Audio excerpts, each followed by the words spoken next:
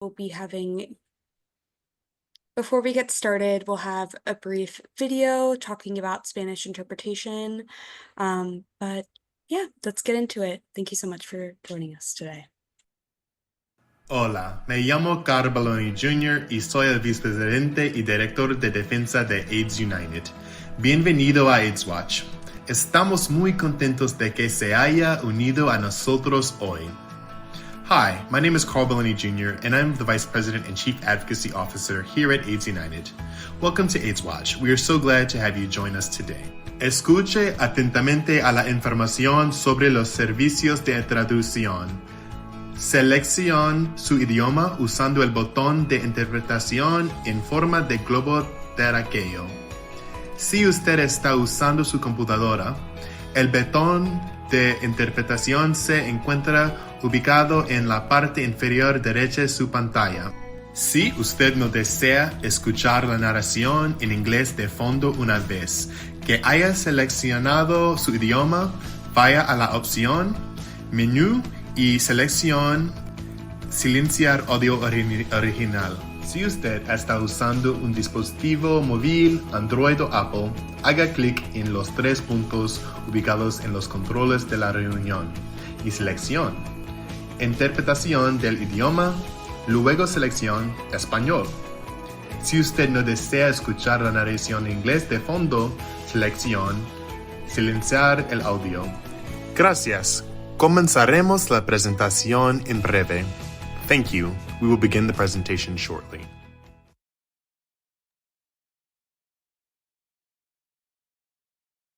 Welcome, and thank you for joining our 2024 Mid-Year AIDSWatch event. First, I'd like to introduce our Spanish translator, Omni Romero, to discuss logistics for translation for the webinar.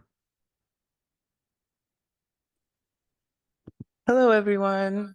Mi nombre es Omni. I think with the new video from AIDSWatch, y'all can see that AIDSWatch believes in practicing language justice, and that includes interpretation over Zoom as well as ASL.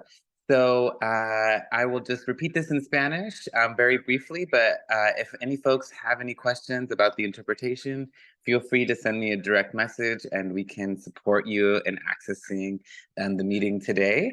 Así que buenas tardes, gracias por unirse a la llamada de hoy. Como vieron, AIDSWatch en este video cree en la justicia del lenguaje que incluye interpretación a través de Zoom y también interpretación de señales. So, con eso, si tienen alguna pregunta sobre cómo unirse a la interpretación, me pueden mandar un mensaje y te vamos a apoyar. I think with that new video, love it. So glad that AIDSWatch is leaning into language justice, and I'll go ahead and pass the mic back. Thank you, Omni. Again, I'm Carl Baloney Jr., the Vice President for Public Affairs and Chief Policy Officer with AIDS United, and it is my pleasure to moderate our 5th Fall AIDS. Habla, Carl. Oh. I think you're in the Spanish channel, Carl. Maybe. I mean, I can hear you, Carl. Okay, great. Welcome to our 5th AIDSWatch. I also just want to take a moment to acknowledge there's so much going on in the world, from conflicts and wars and Israel and Palestine to hurricanes impacting the eastern seaboard and the Gulf Coast, wanting to keep everyone in our thoughts and prayers. AIDSWatch is about action, so we're here to talk about how we can take action. But first, I want to thank our AIDSWatch planning partners, the U.S. People Living with HIV Caucus and the Center for Health Law and Policy Innovation at Harvard University. And most of all, thanks to all of our advocates for continuing to create a virtual spirit of unity and hope at AIDSWatch and for bringing your spirit of resilience and power. With congressional and presidential elections occurring in just 1 month, this year's Fall AIDSWatch event will discuss the current political landscape, what's at stake for the communities we serve, and what we can expect depending on the results. Regardless of the outcome of these elections, we will have our work cut out for us to maintain the political will to end the HIV epidemic. It will take every one of us doing our part, lawmakers, policy experts, and everyday advocates and voters alike. We'll hold time for Q&A throughout and at the end of the session. Please utilize the Zoom Q&A function box to submit questions.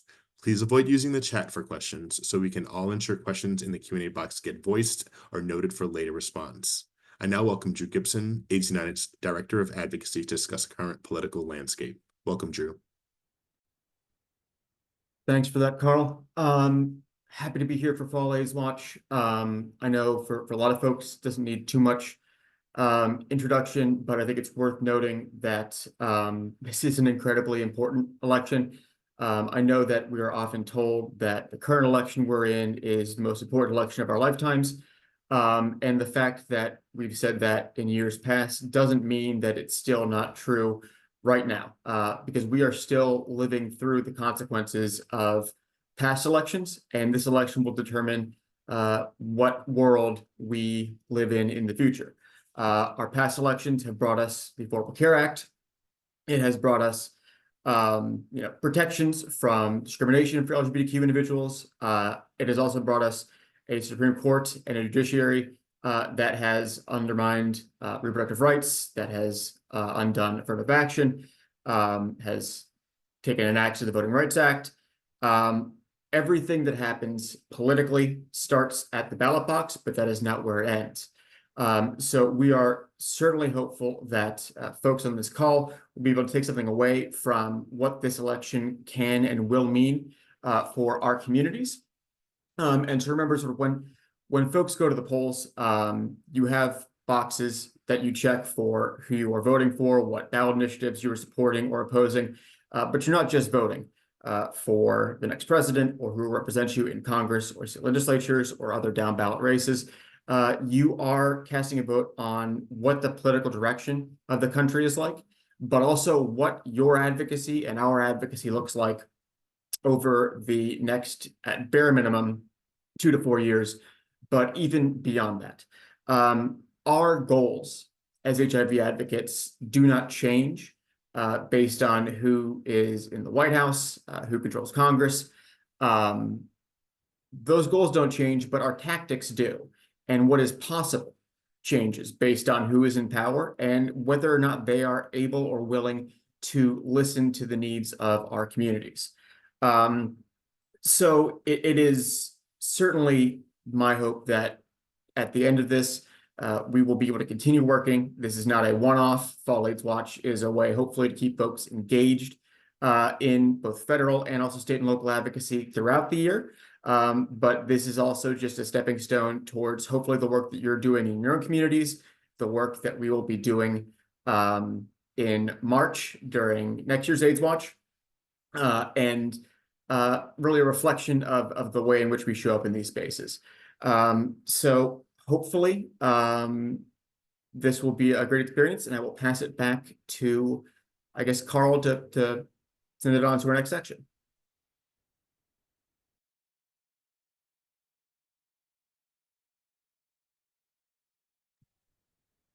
Okay, so I mean, I guess I'll just jump in here again. I guess this is the second part of my slides, but these are just images of what Congress looks like currently in terms of what is likely or expected to happen. We honestly don't know. Senate is up for grabs. The House is up for grabs. The Senate doesn't have a really favorable map for Democrats in 2024. There are very few vulnerable Republican seats. The only seats that are Republican that are really vulnerable in some extent are in Texas with Senator Ted Cruz, as well as potentially Florida with Rick Scott. But there are a lot of vulnerable Democrats: Sherrod Brown in Ohio, John Tester in Montana, to name a few. Joe Manchin is leaving in West Virginia and almost certainly replaced by Republican Jim Justice as their next senator. So the Senate is looking maybe a little bit shifting towards the GOP, but still up for grabs. The House, honestly, it's a toss-up.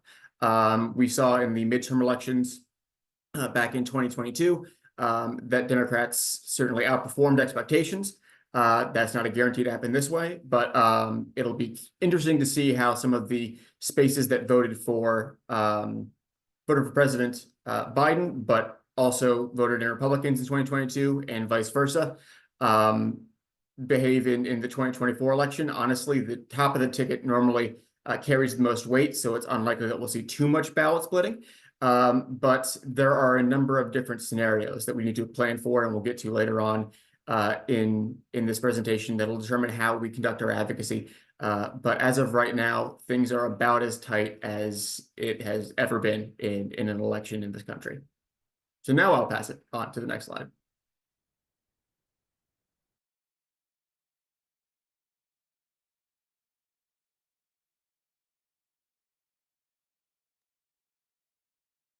Christina, I believe you're up next. All right. Hey, everyone. It's Christina Delicay. I'm going to be giving an overview of both mainline presidential and vice presidential candidates for the election this year. Our first candidate up is Kamala Harris. She's a Democratic candidate for president. She was former Attorney General of California, former US Senator from California, former prosecutor. She currently serves as the vice president. We're going to make her the first female, first Black person, and the first Asian American person if she were to win, and she was the first one in that office. She's described as politically liberal leaning, potential sign of a new political future, and some have described her as brat. Governor Tim Walz is the Democratic candidate for vice president, former military service person, former teacher, coach, member of US Congress. He currently serves as the governor of Minnesota. He is politically progressive leaning, funny, definitely giving dad vibes for sure. And he was an early ally of the LGBTQ community.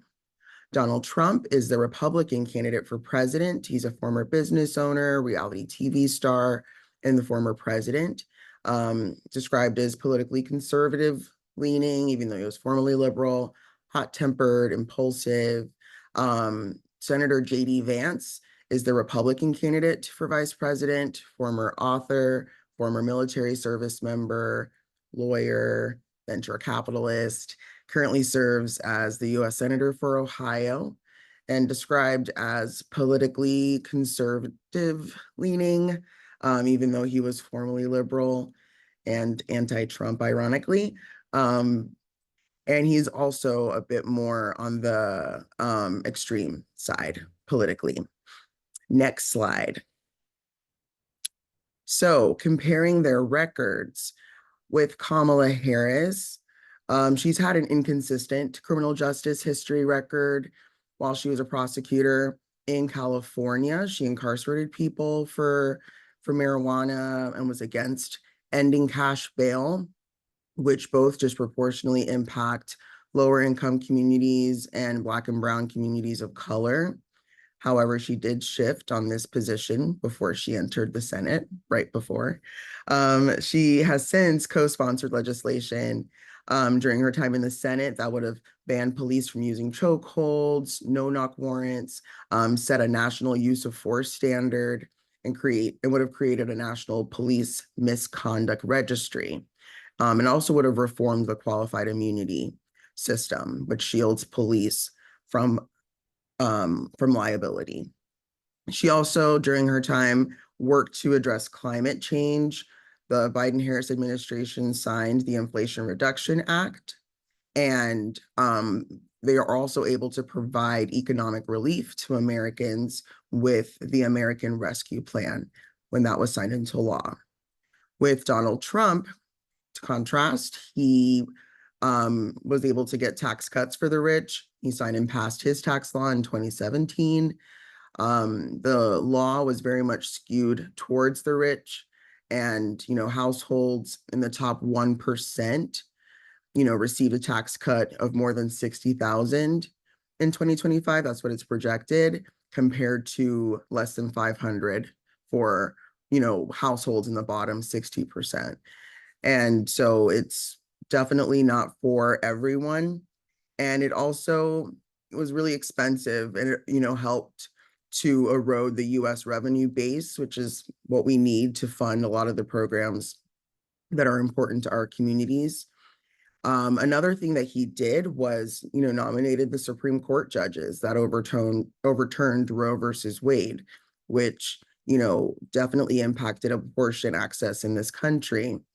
And January 6th, as we all know, was the coup attempt that happened after the 2020 election. And that, I'm not going to waste time unpacking that. So not great. We'll go to the next slide. Let's compare candidates' positions on HIV with Kamala Harris. While she was in the Senate, she introduced the PrEP Access and Coverage Act, which would require all private and public health insurers including Medicare and Medicaid to cover PrEP, including all the required tests and follow-up visits without a copay. She also supported increased funding for a variety of HIV priorities, from the Ryan White program to HOPWA to the Minority AIDS Initiative, PEPFAR. There's more on that list, but she was very supportive of our community's priorities. Contrasted with Donald Trump, he, during his time as president, initiated the Ending the HIV Epidemic, a Plan for America, when during the State of the Union address, he, announced his administration's goal to end the HIV epidemic in the US within 10 years. In direct contrast to that, he has been actually quite silent on efforts to cut HIV funding.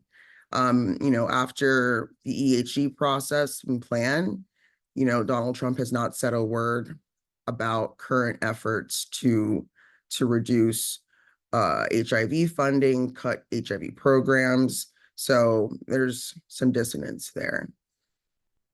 Next slide. So when we're comparing their positions on healthcare, Kamala Harris, in her previous history during her time as Attorney General, took on insurance companies and big pharma. She voted against repealing the Affordable Care Act when she was in the Senate, and she led efforts to combat maternal mortality while she was vice president. And she called on states to extend the Medicaid postpartum coverage from 2 months to 12 months. And now 46 states do that, which is up from 3. That's when the administration started. They only had 3 states doing that. So now we're up to 46. So that is very significant and will absolutely save lives.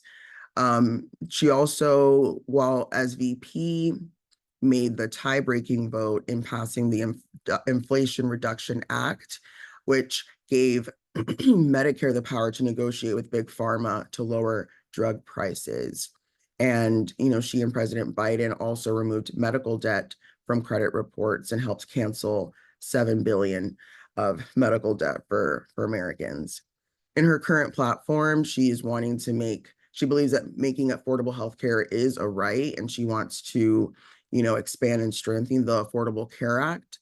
She wants to make the tax credits for premiums permanent.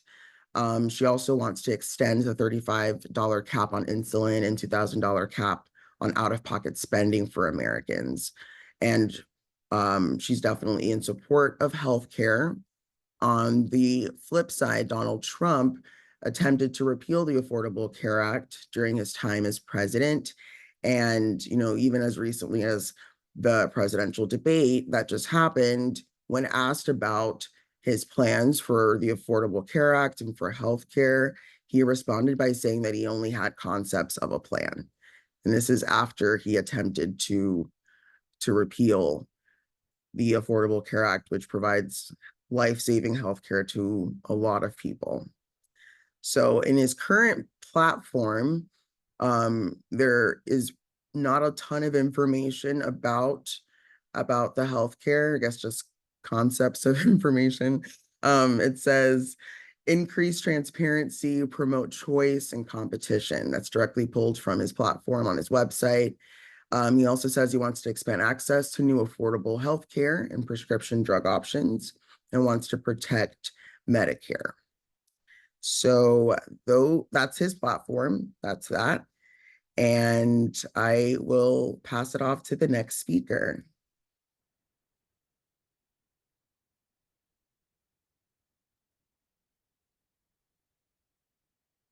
Good afternoon, everybody. Welcome to Fall AIDS Watch 2024. My name is Malcolm Reed. I am the CEO and founder of Unity Arc Advocacy Group, and I am also have the honor of being the chair of the Policy Action Committee of the USPL HIV Caucus. In this section, we're going to talk about what's at stake. Now, when we talk about what's at stake and the impacts to the HIV community, as Drew said, this is a very, very important election. And although this section, we're going to talk about basically 5 different issues, there are so much more that are at stake for the HIV community. So as I'm going through this, when you think about the issues that we're talking about, I want you to think about how those things expand out and how when we talk about, especially when we talk about funding, how that's going to impact people living with HIV as well as people vulnerable to HIV. So let's get started. Next slide, please. At first, I want to acknowledge when doing this work, mainly as volunteers, we work across multiple organizations. I have the honor of working with an organization called United We Rise. And at United We Rise, we are putting together a Black voters agenda, a Black policy agenda for Black people living with HIV. That is not to say that we are being exclusive, but that is to say that we recognize that Black people living with HIV are an extremely marginalized community. As we're doing that work, we work across different organizations. And as putting together this Black Voters Guide, I want to give a shout out to the contributing writers. One you just heard from, Christina Adeleke, Ronald Johnson, who will follow me as is the chair of the USPL HIV caucus, myself, Vanita Ray, many of you know Vanita, Chioma Naji, and Ganale DeStefan. All of us got together and worked on that Black Voters Guide. And you can find the Black Voters Guide at www.everyblackbody.org. Don't go out there right now. I'll put the link in the chat as soon as I get notification that the site is back up. I tried it earlier before the session, and there was some technical difficulty with the site. So as soon as I hear that the site is back up, I will put that in the chat. All right. Next slide, please. So let's talk about threats to abortion access and reproductive health care. As Christina mentioned and Drew mentioned, the Trump administration is the administration that saw to it that some very conservative justices were appointed to the Supreme Court, and they in turn ended Roe v. Wade. As they overturned Roe v. Wade, the 1973 decision that established the constitutional protections and the right to have an abortion, the court's ruling now allows each state to make its own guidelines about abortion services. The result has been a rapid expansion of states with laws that effectively ban abortion. The ruling also could have a chilling effect on other reproductive health services, including not just birth control, but HIV and STD prevention. Access to reproductive health facilities also increases access to health care for whole families, including HIV testing, treatment, and care. Why this matters. Reproductive health care, including the right to choose whether or not to have children, is essential to the health and well-being of all birthing people, especially those who are already facing inequities and systemic oppression. It is also very important that to note that a lot of these reproductive health centers handle sexual health and not just reproductive health. So as I mentioned earlier, HIV testing, treatment, and care, STD testing, treatment, and care are also done at these locations. So it's very, very important that we make sure that right now on a state level that we're advocating to make sure that we're not living in a state that is curtailing these rights, but we also want to get back to a federal law that protects abortion and reproductive rights. Next slide, please. Criminalization and state violence for people living with HIV. So more than 30 states have laws that criminalize people living with HIV, either through HIV-specific laws or broader criminal laws, such as longer sentences for people with HIV who commit certain crimes. Laws like these can easily become a tool of to criminalize individuals who already face discrimination and marginalization in healthcare and law enforcement, such as Black people, LGBTQIA individuals, and sex workers. So why this matters? HIV criminalization laws create significant barriers to public health by creating stigma, discouraging HIV testing, and undermining prevention efforts. The legal framework not only fails to reflect current understanding of HIV transmission risk, but also disproportionately affects marginalized communities with worsening health disparities. By prioritizing punitive measures over public health strategies like testing, treatment, and harm reduction, HIV criminalization laws delay efforts to control HIV and AIDS, while also raising ethical concerns about privacy, discrimination, and the criminalization of a health condition. And now I'll pass it over to my partner, the chair of the USPL HIV caucus, Ronald Johnson, and he'll go through a few more issues that we want you to focus on. Ronald? Thanks, Malcolm. And the next slide. The next area we want to highlight in terms of looking at the impact of these elections are the harmful attacks on the rights of LGBTQIA plus communities. And this area particularly stresses the importance of these elections at the state level. It's not just the presidential and congressional elections, but the state elections. 44 states are having their state legislative elections this year. And many of these anti-LGBTQ plus laws are enacted or attempted to be enacted at the state level. The ACLU is tracking over 500 bills across the country that are in varying ways attacking the LGBTQ plus community. And this matters to us because we know that fighting discrimination is essential, and fighting stigma is essential to the response to HIV, because social justice inequities are a major driver of the epidemic. So who is making the laws at the state level is very, very important, and because the impact on our community is critical. Next slide. The next area, and really is almost an extension, is the kind of attacks on immigrants and unstable immigration policies. And the past several years, we've seen increasing threats to communities of immigrants and laws that affect the status of immigrants. We've seen hateful and false accusations about immigrants and promises of massive deportations of immigrants. All of this undermines the ability of immigrants to access services, including health services. So this is why it is so important as to who is making those decisions at the state level, and the kinds of laws that we are seeing. Bills that are being introduced must be defeated. Next area.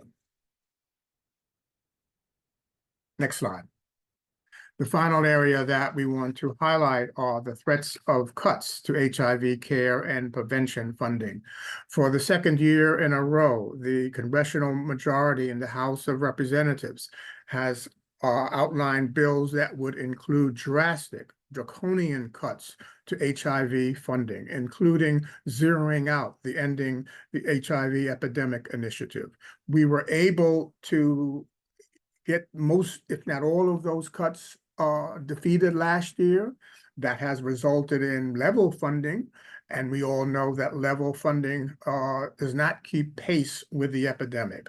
So these elections, and who are going to be the legislators, the congressional officials who are going to be making the funding decisions, is so important. We cannot end this epidemic on the kinds of inadequate funding that we continue to see. We need members of Congress, state legislators, national elected officials fighting for HIV funding, because fighting for HIV funding enables us not only to end the epidemic, but to continue services for those of us who are living with HIV. With that, I'll segue to Marianne and Liz, who will talk more about healthcare.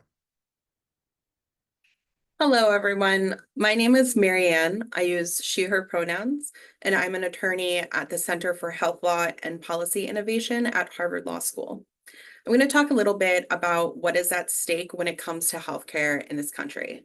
What I talk about will not be exhaustive. I'm only going to cover select topics, but we encourage everyone to consider what healthcare topics are important to you and to research how the options you have this election cycle may impact those issues. As indicated on the next slide, I'll be talking about 3 topics specifically. First, the need to defend and build upon the Affordable Care Act, often abbreviated to the ACA. Second, the need to expand access to healthcare coverage. And third, the need to fight against restrictions to gender-affirming and reproductive healthcare. So first, defend and build upon the ACA. The ACA was passed over 14 years ago. It's not perfect, but it brought huge wins for people living with and at risk of HIV. For example, people cannot be denied health insurance due to a pre-existing condition like HIV. Most private health insurance includes free access to preventive services, including PrEP, and the ancillary services that you need in order to get PrEP. And most people who don't get access to healthcare coverage through their job or who aren't eligible for a public sponsored program can buy health insurance on healthcare.gov or their state's marketplace. Depending on income, some people may also be eligible for financial assistance that can be put towards the cost of buying or using this health insurance. But the ACA was a compromise. It's how it got through Congress. So there are inevitably a lot of areas to build off on. But even though there are a lot of areas to build off on, that should not mean that we undo a law that has been in effect for 14 years and has helped millions of people. A vision of trying to undo those protections and limit access is simply unacceptable. So promises to just not undo the past are also insufficient, right? That's a low bar. And there are opportunities for elected officials to expand access to healthcare coverage, and we should demand this progress. I'll discuss 2 examples here. First, immigrant health. Health and illness do not care about immigration status. But when immigration status blocks you from healthcare coverage and meaningful access to the services you need, we have to demand better. Many public programs include restrictions on the type of immigration status you need to access benefits, including healthcare coverage. These are more narrow than simply lawful, and many who do have a qualifying status are still required to wait 5 years before they can enroll. But access isn't just a federal issue. State officials have the power to work around this and to use state funds to supplement where federal programs fall short. According to the National Immigration Law Center, subject to income and residency eligibility, 11 states and DC provide medical coverage for children regardless of immigration status.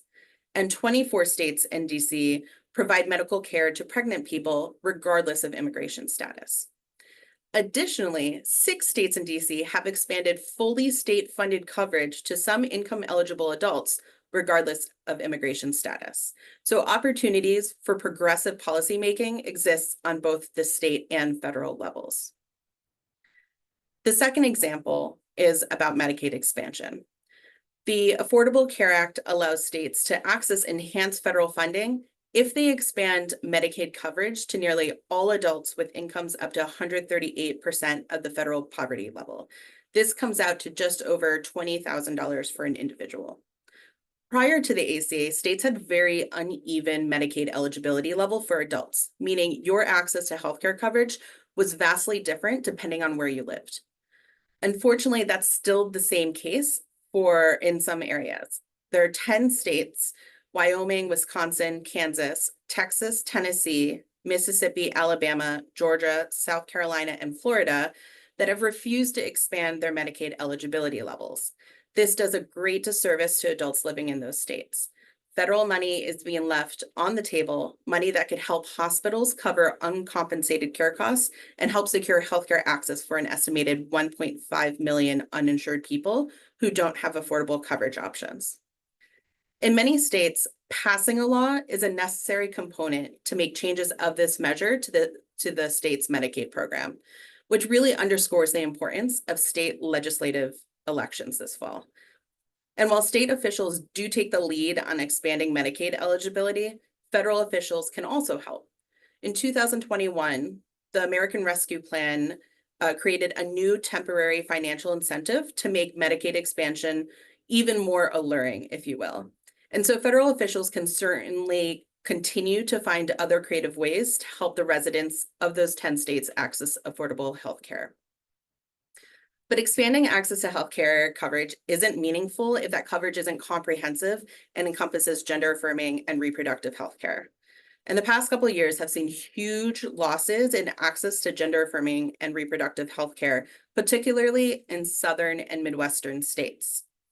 37% of transgender youth ages 13 to 17 live in states that ban best practice medication and surgical care for transgender youth. And 41 states have abortion bans in effect with only limited exceptions. So state level elections matter greatly. State legislators and governors have control over what laws are passed. State officials have control over how laws are implemented and enforced. And state judges have control over how laws are interpreted and if they can even stay on the books. So even in states that do not have abortion bans, for example, state elections can impact whether transgender and gender diverse individuals and pregnant people have places to go to receive medical care. Will people feel safe coming to your state for care? Will providers feel safe providing this so-called controversial care? And beyond the officials you elect who can pass laws, enforce laws that impact those questions, keep in mind that some states put the questions to the voters through ballot measures. This fall, there will be 11 abortion-related ballot measures, 10 of which aim to protect abortion rights.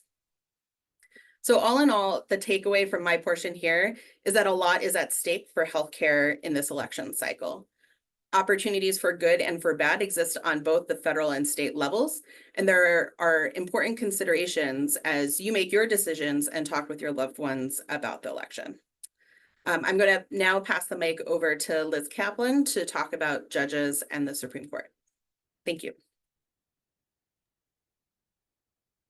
Thanks, Marianne. My name is Liz Kaplan. I use she, her pronouns, and I am the director of our healthcare access team at the Center for Health Law and Policy Innovation.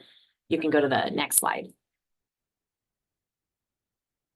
So before we go into some specific cases that the Supreme Court could hear this term, I wanted to take just a couple of minutes to level set about the relationship between court cases and the November election. So in this country, we have both federal and state courts. In the federal courts, judges must be appointed by the president and confirmed by the Senate. They get to sit for life or until they retire. And most currently active federal judges were appointed by either Barack Obama, Donald Trump, or Joe Biden. In particular, Donald Trump's appointments have had a major impact on the landscape of currently sitting federal appellate judges. So, for example, Trump famously appointed 3 of the Supreme Court's judges out of the 9 total, compared to Obama, who appointed only 2 judges on the Supreme Court. Trump also appointed 54 appellate court judges, only 1 less than Obama, even though he sat for only 4 years. And these 54 judges have had a really significant impact on the landscape of the federal appeals courts nationwide. Supreme Court justices that the next president might be able to appoint, of course, this is only a guess because judges can live for a very long time, but the oldest justices currently on the court are Clarence Thomas, who is 76, and Samuel Alito, who is 74. So if either of them either retired or died, that could change the balance of the power on the court again, or not. And then again, just to mention that appointments have to be confirmed by the Senate. So elections for both the presidency and for Congress have considerable consequences for who decides our nation's most important court cases. As Obama famously said, with his words, the elections have consequences. On the state side, Marianne just mentioned state courts as well, so I'll try to be pretty brief on this. But many important decisions impacting our community are decided in state courts as opposed to federal courts, like reproductive justice cases, but also voting rights and partisan gerrymandering cases, and access to gender-affirming care. Almost half of states, about 20, have elections for judges, and even more have retention elections for judges that are already sitting. This year, there are 82 races for state Supreme Court judge seats, and these individuals have significant power over the laws of the states that they sit in. So I encourage you to find out whether your state elects its judges, and if they do, find out what's at stake in the judicial races happening in your state. And even if your state doesn't elect judges, it elects the people who appoint them. So regardless, state elections are really critical for court cases that we're all watching very closely this year and beyond. Next slide, please.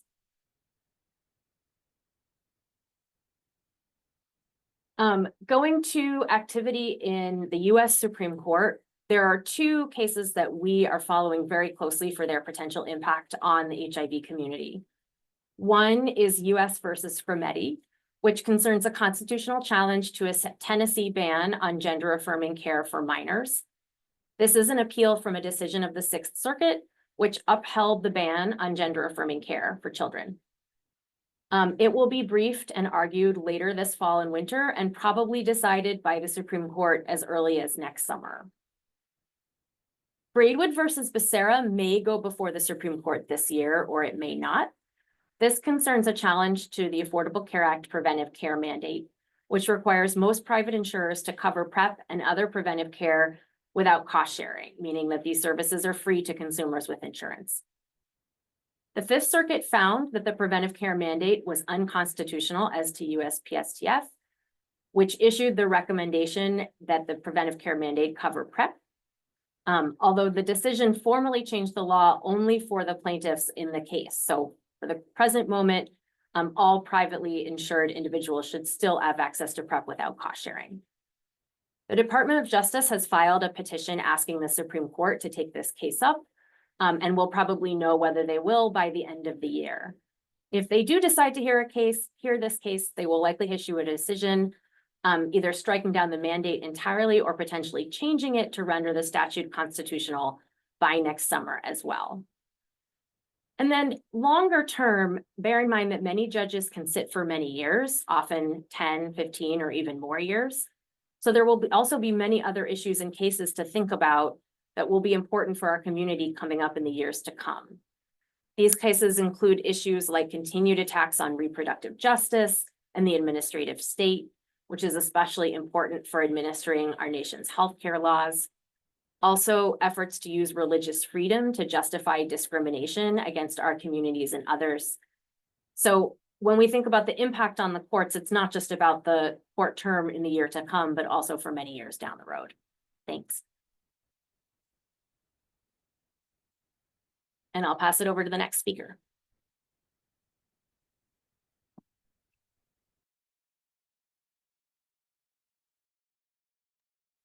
All right, folks, gonna try and get at this situation planning portion fairly quickly, but also we hope folks will stick around, running a little bit late, so we're gonna try and see if we can maybe extend the Q&A portion closer into 3:30 Eastern, so folks have a chance to ask their questions. Next slide. So there are really about 4 different scenarios that we could see after the election in November that will determine what our advocacy looks like. The first scenario is one in which Vice President Harris wins the election and Democrats have full control of Congress. I'm not a prognosticator. I can't speak to the likelihood of this happening or not. But if it does happen, it does mean that there's a certain urgency our advocacy will need to take on, because it'll provide a very brief, potentially, window where we could get a ton of really positive, meaningful change passed through Congress and signed by a president. If you might remember, the Affordable Care Act was passed in 2010 during the 2-year period, that 2-year window where we had President Obama in the White House and a Democratic majority in the Senate and the House. This often has a way of sort of switching in the midterm elections as the parties in power have a hard time holding on to it. So we would need to really be pushing a lot of the more ambitious legislation and policy wins that our communities have been fighting for. So it'd be the perfect time for us to really ramp up our advocacy and support for our National PrEP program, ramp up support for the Equality Act, the John Lewis Voting Rights Advancement Act, Women's Health Protection Act, the CARE Act, which is essentially a sort of a duplication of the Ryan White CARE Act, but for funding for any of the overdose epidemic, including harm reduction services, and also significant increases to HIV-related appropriations lines. If this happens, it is going to be sort of an all-offense approach to our advocacy, and we certainly welcome the challenge. Next slide. The next scenario, Vice President Harris wins the election and there is either split Congress or a GOP-controlled Congress. Right now, this is pretty much, I mean, the term status quo isn't the best, but it would be fairly similar to what we have now. As of right now, we have the Democratic Senate, we have Biden in office, and we have a Republican House. And it has been difficult getting legislation passed with some of the roadblocks being put up by Republicans in the House. And if it stays this way in the next 2 to 4 years, we could expect a similar environment, which means, you know, we will still be going on offense where possible. We will continue pushing for vital programs that help our communities, but it also needs to be done with an eye towards the fact that a lot of times when there's a split Congress, things just don't get passed. So that means our advocacy with the administration and our advocacy at the state and local level take on a really key importance in our work with Congress being tied up in a split or with the GOP lead. Next slide, please. Scenario 3, President Trump wins the election and there is either a split Congress or a Democratic-controlled Congress. In this scenario, I think most of our advocacy energy would go towards protecting existing funding levels and protections for our communities and programs. There would be little chance of increases to our funding lines, although that's, you know, never a given. No one would have anticipated the End the HIV Epidemic initiative coming out of the first Trump administration. And while that's, you know, not likely to be the case in a second Trump administration, you can never rule out anything in politics. That being said, this would be another situation where Congress would really struggle to pass meaningful legislation, or in the case of a Democratic Congress, pass legislation that the president just wouldn't sign. So a lot of our work would also go into some of the things that were mentioned earlier around by Liz around the courts, and making sure that this administration, if it happens, doesn't institute harmful anti-LGBTQ, anti-repro, anti-DEI, anti-drug user health measures through rulemaking processes and through the courts. This would be a situation where we would really need the full HIV community coming together and joining us in events like AIDSWatch to really share community concerns with Democrats and with Republicans on the Hill, to let them know that this is such a key bipartisan issue that cannot be swayed by whoever's in the White House come 2025. So this is a difficult situation, but there's still the possibility for maintaining and keeping a lot of the gains that we have made over the last several decades. Next slide, please. Scenario 4, President Trump wins the election and Republicans have full control of Congress. This is the throw a wrench in the gears strategy. This is what we saw in the first 2 years of the first Trump administration. Many of folks on this call took place in actions on the Hill and in their own communities, preventing successfully the repeal of the Affordable Care Act and fighting against a number of really horrible policy decisions regarding LGBTQ communities, regarding immigrant communities, regarding diversity, equity, and inclusion policies. These are all things that we would see in full force. If you look at the Republican National Committee's platform from this year, if you look at former President Trump's Agenda 47. It is very clear that their agenda would have a number of significant attacks on our communities. And so a lot of our strategy would simply be to batten down the hatches and do our best to try and prevent anything that they put forward from coming into fruition. Where that's not possible, a lot of our work would have to go back to the state and local level. Just because there is an administration or a Congress that is not passing legislation that is beneficial to communities doesn't mean that your state house or your city council couldn't do something that flies in the face of that and actually benefits communities. Or by similar token, if you live in a part of the country that is already hostile to our communities, it just doubles down the importance of protecting them at the state level because there's going to be no federal protections for them to find there. So in this situation, it is, I mean, while we don't love to be on the defensive, it would be certainly a moment when we need to circle the wagons and try and protect what we do have. All of these scenarios ultimately involve a lot of participation and engagement from community. If folks at the federal level, national advocates, are talking to members of Congress and we don't have your voices, we don't have your stories, we don't have your buy-in, folks in Congress generally don't want to listen to us. They want to hear from their constituents. They want to hear from the people who vote them into office and vote them out of office. So regardless of what happens in November, we have a lot of work ahead of us, but we also have a lot of wins to protect and things to build on, depending on how the election goes. So I will stop with this part of the presentation and kick it back to the next person on the agenda.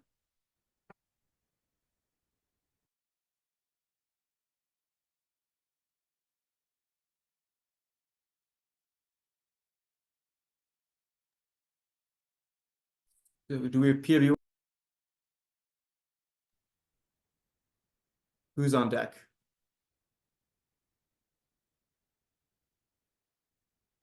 Hi, everybody. I believe that's us, PWN. Aloha mai kako. My name is Kivale Kadina. I'm the co-executive director at Positive Women's Network USA. We're really proud to be here to be able to speak about our IVE work across the country, specifically in 3 states. And I just kind of wanted to start by sharing how important it was for PWN to really get our members involved in voter engagement work.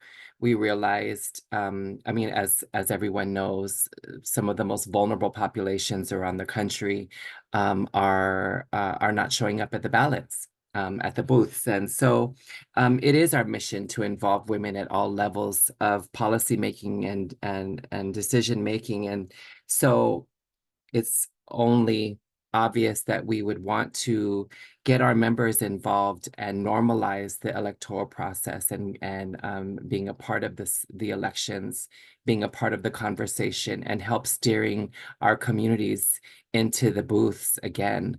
And so I don't want to take up too much time because I recognize that we're kind of falling behind. And so I just want to remind folks that it is October 7th, and there's a lot of states out there whose registration, if you're not registered to vote, today is the due date. So places like Arizona, Florida, Georgia, Indiana, Tennessee, Ohio, today's your day, and we need to get involved.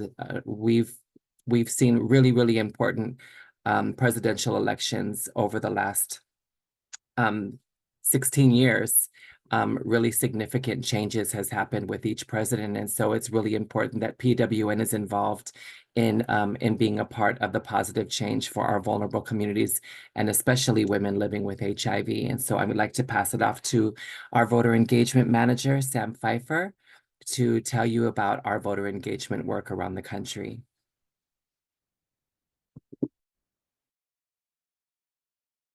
Hey there, folks. My name is Sam. I use she, her pronouns. I'm coming from you from Lenape land here in Philadelphia, and I am Positive Women's Integrated Voter Engagement Manager, one of 2. And I'm going to talk to you both about our Integrated Voter Engagement program. Next slide, please.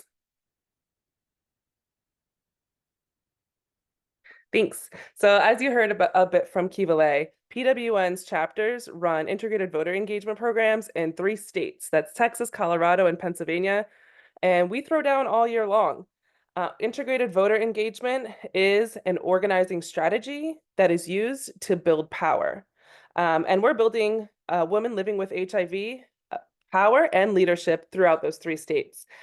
We build leadership skills and policy, and we influence policymakers and relationships. So we have the ability to pass and influence favorable laws and the ability to stop or reduce the harm of bad laws. We build relationships with allied organizations and those who take action alongside the chapter throughout our integrated voter engagement programs. We also do so much voter education. We do voter support. And one of the most exciting parts of integrated voter engagement is we mobilize voters. We identify supporters of our issues, and then we persuade them to vote. And we also prioritize constituents from BIPOC, queer and trans, and low-income communities in targeted geographic areas who we're hoping to get to vote at increased rates and align with Positive Women's Network's chapter priorities to build our base. And we're also really deeply invested in economic justice. Folks from the most impacted communities are paid at a livable wage to make the changes they want to see in their communities. We prioritize hiring our canvassers and phone bankers from the communities that we organize in, so the places we live, work, and love in. And as you can see from the graphic in front of you, we have many different tactics that we use from our integrated voter engagement strategy. We protect the vote, we develop strong leaders, we persuade the public, we run really robust canvassing and phone banking operations. But we don't just do this 1 or 2 times of the year, right? Every year is an election year. But we aren't just out here on the doors and the phones and in our communities during the primary and the general. We throw down year round. Next slide, please. Thank you. And I really want to remind folks, voting is just a tactic to build power. Voting is one single way to leverage and build power, but voting is not the end all be all, and voting will never liberate us. IVE is more than just getting folks to vote. The chapter is consistently throwing down on their issues year round. Here's a look of what we did over the summer. PWNPA members know that criminalizing people who use drugs will never lead to sobriety and stability. So we threw down around an issue on harm reduction, that our current mayor, Mayor Cheryl Parker, is attacking communities who use drugs. And we're not allowing her to do that. So we have been demanding meetings with key city council members and our new mayor of Philly because they have been waging war on our communities by eliminating any and all funding that goes towards harm reduction programs and HIV prevention tools here in Philly. PWNPA members have been using their powerful testimonies to guide our legislators in rediscovering their ability to feel empathy and compassion for our neighbors. There have been some serious attacks on safe syringe programs here in Philly at the hands of our really insidious mayor and other city council people. And I'm gonna pass it over to my lovely colleagues. Next slide, please. And PWNPA chapter leads Kenya and Stephanie to first introduce themselves, and then we're gonna get into some questions. Kenya, would you like to introduce yourself and then pass it to Stephanie to introduce herself? Yes, hello everyone. My name is Kenya. I'm the co-chair of Positive Women's Network Pennsylvania, and I go by she, her, and hers, and I'm gonna pass it off to Stephanie. Oh, I'm also the phone bank lead of IVA. Thank you, Sue. Go ahead, Steph. Hey y'all, Stephanie, she, her, hers. I am the other phone bank lead for Pennsylvania along with Kenya. I am also on the board of PWN and I'm a chapter member as well. I'm really glad to be here. Cool. Thank you, Stephanie and Kenya. And my first question is for Kenya. Kenya, can you talk to me a bit about what our voter engagement campaign looks like this fall? Well, yes, we've been fighting for funding for SSPs because they have been defunded and are under attack in Philadelphia. And we are also seeing more and more folks who use drugs and are homeless be criminalized. We're tying this issue in by getting folks into our vote this campaign by using strategies by phone banking and canvassing. We also visit local lawmakers about um, trying to get refund the safe syringe programs. Thank you, Kenya. And Stephanie, this next question is for you. As we know, you are one of our phone bank leads. What kind of conversations are you having on the phones this year? So it's been really rewarding the last couple of cycles when we have had harm reduction as our issue ID. We've been having a lot of personal phone conversations with voters. I've been hearing about a lot of the voters that we talked to opening up about their own personal experiences. And so it's been really cool to be able to relate to individuals on that level. I have to say that when we started this as an issue ID, I was, worried about the type of response we would get, but it's been pretty inspiring. So hopefully we're getting to people's minds so that they're changed. Fully. Thank you, Stephanie. And another question for you, Stephanie. How does talking about syringe service programs tie into getting people out to vote?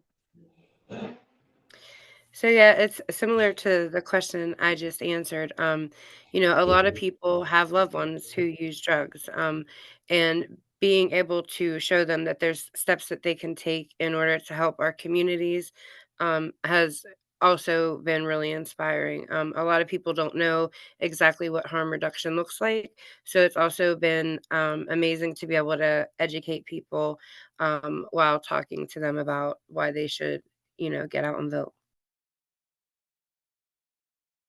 Thank you, Stephanie. And my next question is for the both of you. I'd love it if Kenya could answer it first and then pass to Stephanie. I'm wondering, how do you manage to balance life, being a woman living with HIV, and leading these electoral campaigns? Uh, well, it's not often an easy task. I do this by taking care of myself, by maintaining my mental and physical health through therapy. And I also had a drug addicted past, and I had to be mindful.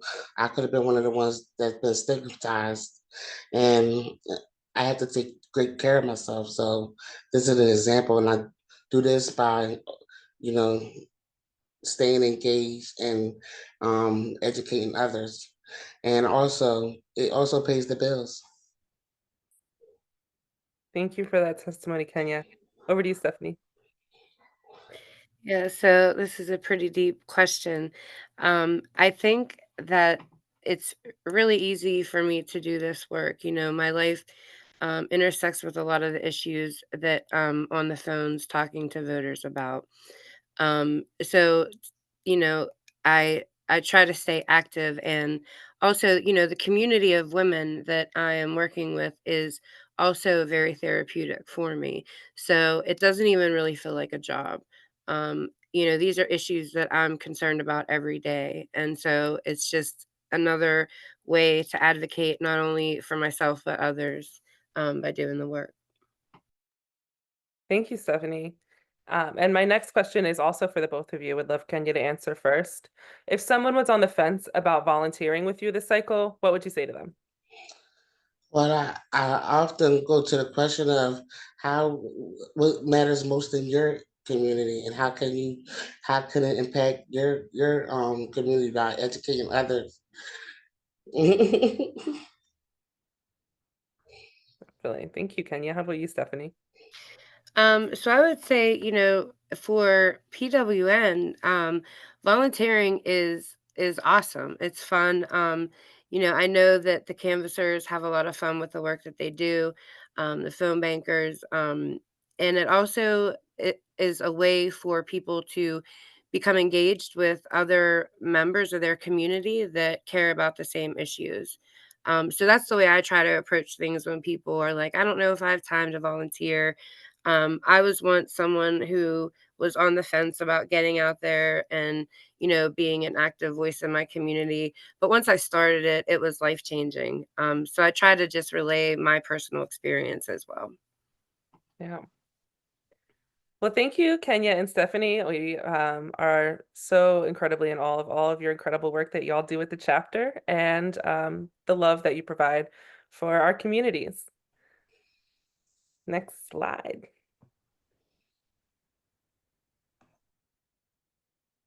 Thanks.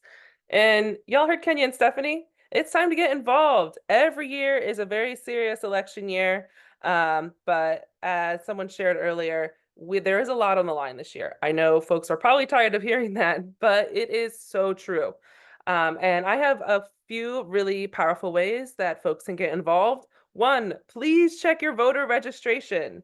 Please make sure that you are registered to vote at your current addresses. Some of your states have automatic voter registrations. Some states you have to apply for. Some states have voting by mail. Some states you get your ballot in the mail. Every state is different. So make sure you are registered to vote and have the ability to vote. I will drop a link in the chat for you to do so now. Next, send that link to 3 of your friends. I know you have 3 people in your texts or on that call list who you talk to at least a couple times a week. Hit them up. Tell them about how important this election is. Share some of the things you learned today and make sure they are registered to vote. You might as well wait on the phone while they check just to make doubly sure that they actually did it. And maybe y'all can make a plan to vote together. Find out what time of day you're going to vote, how you're going to cast your ballot, who you're voting for. Have those powerful conversations with your friends and family and triple your impact. Sign up for PWN's email list. We have a really incredible newsletter that goes out every month, so you could stay abreast of all of the issues we're throwing down on. And last and most importantly, volunteer with us this election cycle and beyond. You can get out the vote from home or on the doors. We are running volunteer shifts for both phone banking and canvassing in Colorado and Philly. And we'd love to have you with us. There are links in the chat for you all to sign up to volunteer with us. And just a reminder, our chapters have been steadily increasing their voter turnout in the neighborhoods they canvass in for the past few years. So their work is really, really powerful, and we'd love if you take that journey with us. Next slide, please. Thank you. I'm gonna pass it back over to AU.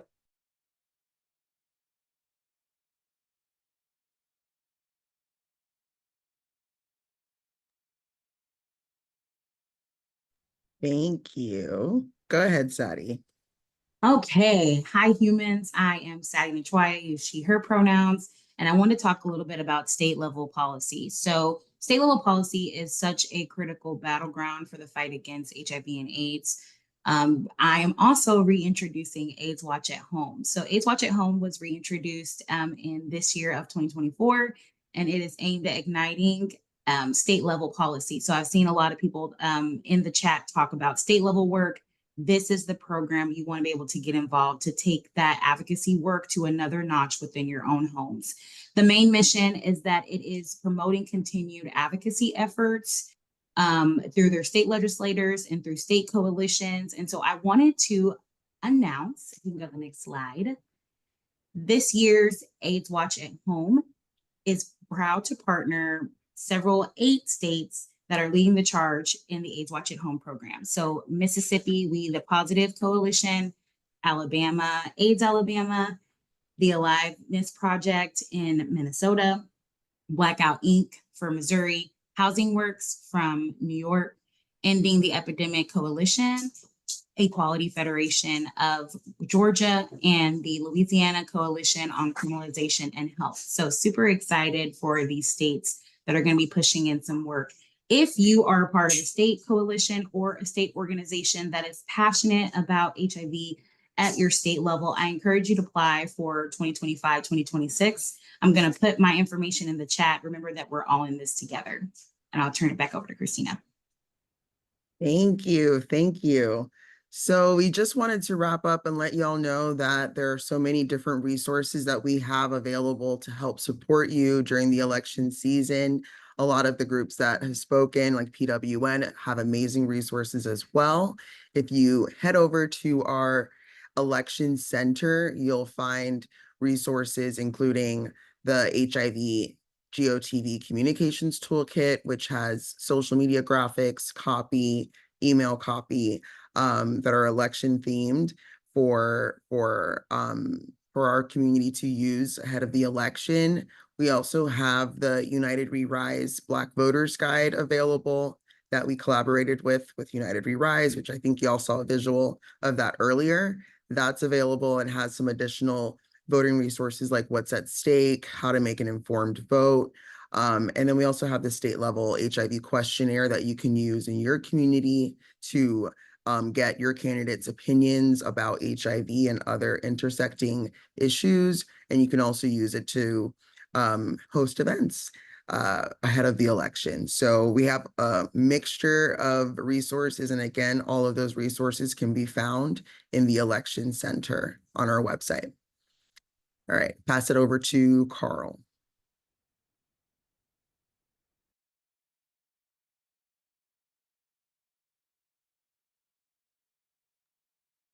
Thank you. Now we've got some Q&A that I wanted to get to, so I can go through some of the questions that we have already received and provide some responses. Let's see here. Question number 1 from Julie Patterson. Julie says, when I was walking the halls at AIDSWatch last March, I had questions about PEPFAR reauthorization. Can you please let us know what is the current status of PEPFAR? What do we expect and how can U.S. advocates help? That's a great question, Julie. PEPFAR received a shorter 1-year reauthorization last March, and its future in part depends on who controls the Congress. Unfortunately, since Roe was overturned, the anti-abortion fight has expanded, and PEPFAR has become a target by some conservative members, even though PEPFAR funding does not directly go towards abortion services. U.S. advocates can help by continuing to uplift the importance of PEPFAR in ending the global epidemic and reinforcing the bipartisan nature of the program. I'm also proud to share that AIDSWatch will include a global ask in support of PEPFAR for the first time because we're all in this together. Looks like I have another question from Francesca Schumann. Is it fact or still consideration that either candidate voted into office could appoint more Supreme Court justices? It is not a fact, but it is a strong likelihood. A judge could be replaced if they die, but often judges with a particular ideological leaning will try and wait to retire until there is a president office and a Congress who will name a successor who share their worldview and values. So if President Trump were to be reelected, it increases the likelihood of a conservative judge retiring and vice versa. There, of course, are various wilder scenarios where the courts could be packed, but that has not happened in a very long time. So that's where we stand. Let's see, do we have any other questions? We have a question. Robin Webb. I think this question was directed at PWN. Robin says, I've never been involved in a phone bank. How does the team decide who to call? Is it just starting at the top of a phone directory or some other way to develop a call list? Can someone from PWN respond?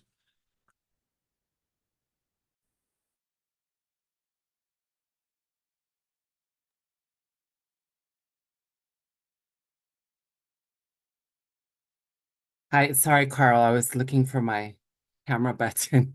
Yeah, so we work with the state's VoterNet websites to get the list of phone numbers to be able to call. I'm not very familiar. I'm not into the weeds of the IVE work, and Sam had to go do canvassing. So, but yeah, we work closely with I believe it's called VAN to get the information of neighborhoods and places to canvass as well as voter phone numbers. Thanks, Kivia. Yeah, like I'm sorry. I appreciate hearing how PWN approaches it. Sounds like a very standard approach to it. A list is pulled from the VAN, the voter database, and distributed to various phone bankers. And you call through, you're provided messaging. It's really fun. It's pretty easy. And you get to talk about the candidates and the issues that you care about. I encourage everyone to engage in phone banking this election cycle. Yes. Thanks, Carl. Thanks, Kivia. Any more questions?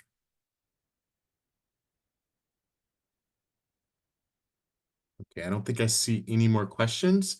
So thanks for a wonderful Q&A session. Next slide is really just to close out. Thank you for joining us for this session of Fall AIDSWatch. We encourage you all to attend the Spring AIDSWatch that's coming up in Washington, D.C. in person, March 16th through the 18th in 2025. We're going to share some information about registration for the event and abstract and scholarship applications in the chat. Additionally, we want to hear about your experiences at Fall AIDS Watch this year. So please fill out the survey linked in the chat to share feedback. This can be done anonymously, so we appreciate any feedback and opportunities to improve and tailor our engagement to support community best. Thank you, everyone.